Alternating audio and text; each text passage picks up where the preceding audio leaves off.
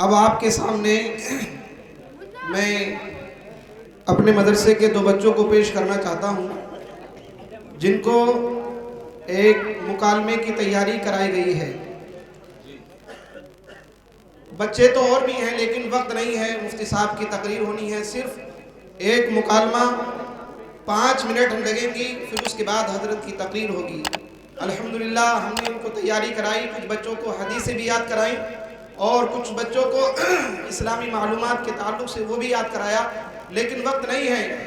انشاءاللہ پھر کسی موقع پر ان تمام بچوں کی پرفارمنس کے بارے میں آپ کو دکھایا جائے گا اور سکھایا جائے گا۔ الحمدللہ یہاں پر تعلیم بالغاں کا بھی سلسلہ شروع ہو چکا ہے اور الحمدللہ وہ ہمارے بوڑھے لوگ وہ بھی بہترین طریقے سے تجوید کے ساتھ انہوں نے پڑھنا شروع کر دیا ہے۔ انشاءاللہ آنے والے پروگرام میں ان کا بھی پڑھا کے آپ حضرات کو دکھاؤں گا۔ آج میں ان بچوں کو پیش کرنا چاہتا ہوں جن پر صرف میں نے ابھی 1 ہفتے کام کیا ہے۔ انشاءاللہ آنے والے وقت میں جب ہم ان پر پورے سال یا 6 مہینے کام کریں گے تو پھر آپ دیکھیں گے انشاءاللہ ان بچوں پر انقلاب آ جائے گا۔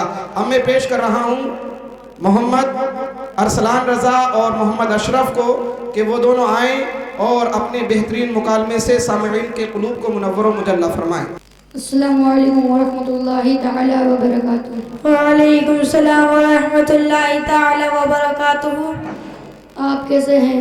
میں ٹھیک ہوں الحمدللہ۔ آپ کا نام کیا ہے؟ میرا نام محمد ارسلان رضا ہے۔ آپ کس جگہ پڑھتے ہیں؟ میں مدینہ مسجد میں پڑھتا ہوں۔ میں آپ سے کچھ سوالات کرنا چاہتا ہوں، کیا آپ بتانے کے لیے تیار ہیں؟ جی ہاں، میں آپ کے سوالاتوں کے جواب دینے کی پوری کوشش کروں گا۔ آپ کون ہیں؟ میں مسلمان ہوں۔ آپ کا دین کیا ہے؟ میرا دین اسلام ہے۔ اسلام کا پہلا کلمہ کیا ہے؟ اسلام کا پہلا کلمہ اول کلمہ طیب، طیب معنی پاک، لا الہ الا اللہ محمد رسول اللہ۔ ٹرانسلیٹ انٹو اردو: اللہ کے سوا کوئی معبود نہیں اور حضور محمد صلی اللہ تعالی علیہ وسلم اللہ کے رسول ہیں۔ Translate into English: There is no God but Allah. Muhammad صلی اللہ تعالی علیہ وسلم is the messenger of Allah. اسلام کا دوسرا کلمہ کیا ہے؟ اسلام کا دوسرا کلمہ شہادت، شہادت معنی گواہی دینا۔ اشہد ان لا الہ الا اللہ و اشہد ان محمدا عبدہ و رسولہ۔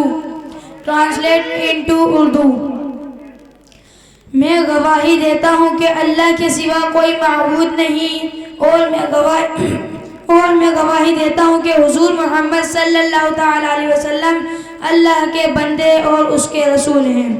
Translate into English: I testify that no one is worthy of worship but Allah, the one alone without partner, and I testify that Muhammad sallallahu ta'ala alaihi wasallam is his servant and messenger. اسلام کا تیسرا کلمہ کیا ہے؟ اسلام کا تیسرا کلمہ تمجید، تمجید معنی بزرگی۔ سبحان اللہ والحمدللہ ولا الہ الا اللہ واللہ اکبر ولا حول ولا قوة الا باللہ العلی العظیم۔ ٹرانسلیٹ انٹو اردو: اللہ ہر عیب سے پاک ہے اور تمام تعریفیں اللہ ہی کے لیے ہیں اور اللہ کے سوا کوئی معبود نہیں۔ اللہ سب سے بڑا ہے، طاقت و قوت دینے والا صرف خدا بزرگ و برتر ہے۔ Translate into English: Glory be to Allah and all praise be to Allah, and there is none worthy of worship but except Allah, and Allah is the greatest, and there is no might or power except Allah, the Almighty, the Great One. کل آپ کے گھر بہت سارے لوگ جمع تھے، کیا آپ کے گھر پر کوئی پروگرام تھا؟ جی ہاں، کل میرے گھر پر محفل میلاد مصطفیٰ صلی اللہ علیہ وسلم تھی۔ یہ محفل میلاد مصطفیٰ صلی اللہ تعالی علیہ وسلم کا کیا مطلب ہے؟ محفل کا مطلب ہے جمع ہونا اور میلاد کا مطلب ہے پیدائش، یعنی ایسی محفل جس میں آپ کے اوصاف اور آپ کی ذکر کا وصافہ اور کمالات کا ذکر ہو۔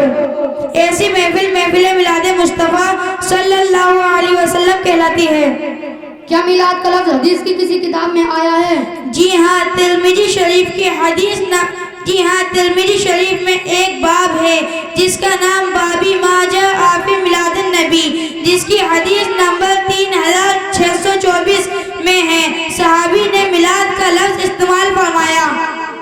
حضور کی پیدائش کو تو 1400 سال گزر چکے ہیں، پھر آج پیدائش کا ذکر کیوں کرتے ہیں؟ قرآن شریف کی سورہ حجر کی آیت نمبر 28 میں حضرت آدم علیہ السلام کی پیدائش کا ذکر ہے۔ سورہ مریم کی آیت نمبر 7 میں حضرت یحییٰ کی پیدائش کا ذکر ہے۔ سورہ بلد کی آیت نمبر 3 میں حضور محمد صلی اللہ تعالی علیہ وسلم کی پیدائش کا ذکر ہے۔ حضور کی پیدائش کا ذکر کرنے سے کیا ملتا ہے؟ قرآن شریف میں جب ہم ان ہستیوں کا ذکر کرتے ہیں تو اللہ تعالیٰ ہر ایک حرف کے بدلے 10 نیکیاں دیتا ہے۔ کیا حضور صلی اللہ تعالی علیہ وسلم نے بھی خود اپنی پیدائش کا ذکر فرمایا؟ جی ہاں، مسلم شریف جلد 1 صفحہ نمبر 338 میں ہے کہ حضور محمد صلی اللہ تعالی علیہ وسلم ہر پیر کا روزہ رکھتے۔ صحابہ نے وجہ پوچھی تو آپ نے فرمایا کہ اس دن میری پیدائش ہوئی۔ تم تو حضور کی پیدائش کا ذکر بڑے اہتمام کے ساتھ کیا کرتے ہو، کیا حضور نے بھی ایسا اہتمام کیا؟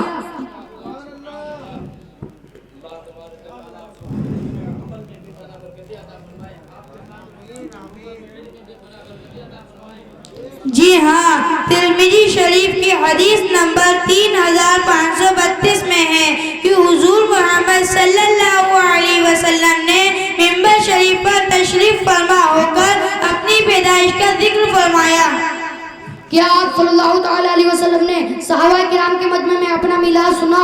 جی ہاں، بخاری شریف کی حدیث نمبر 3910 میں ہے کہ حضور محمد صلی اللہ تعالی علیہ وسلم اور صحابہ کے درمیان حضرت حسان نے نعت پاک پڑھی جس میں آپ کی پیدائش کا ذکر ہے۔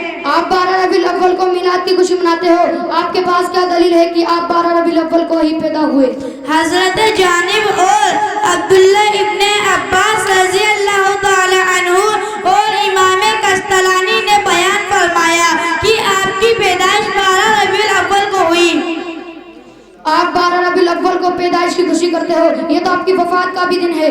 قرآن شریف کی سورہ مریم کی آیت نمبر 15 میں ہے کہ پیغمبر کی پیدائش کا دن یوم سلامتی ہے اور آپ کی وفات کا دن بھی یوم سلامتی ہے، جیسے جمعہ کا دن حضرت آدم علیہ السلام کی پیدائش کا دن ہے اور آپ کی وفات کا دن بھی۔ حضور محمد صلی اللہ تعالی علیہ وسلم نے جمعہ کا دن عید کا دن فرمایا، تو حضور محمد صلی اللہ تعالی علیہ وسلم کی پیدائش کا دن عید کا دن کیوں نہیں ہو سکتا؟ وفات کا غم نہیں تو صحابہ کرام کیوں غمزدہ تھے؟ شریعت محمدی میں مسلمانوں کو صرف 3 دن غم منانے کی اجازت ہے۔ بیوہ عورت 4 مہینے 10 دن غم منا سکتی ہے۔ 1400 سال کے بعد غم منانے کی بات کرنا شریعت کے خلاف ورزی ہے۔ ہم کو تو بتایا گیا کہ محفل میلاد میں جو کچھ ہوتا ہے وہ سب بدعت ہے۔ محفل میلاد میں حضور کے اوصاف و نعت پڑھی جاتی اور قرآن شریف کی تلاوت ہوتی، یہ سب بدعت نہیں بلکہ سنت رسول اور سنت صحابہ ہے۔ ہم کو تو بتایا گیا کہ صرف نماز پڑھو یہی کافی ہے۔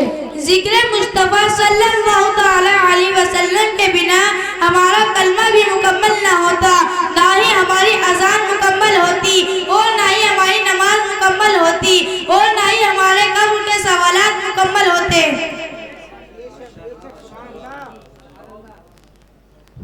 السلام علیکم السلام علیکم ورحمۃ اللہ تعالی وبرکاتہ۔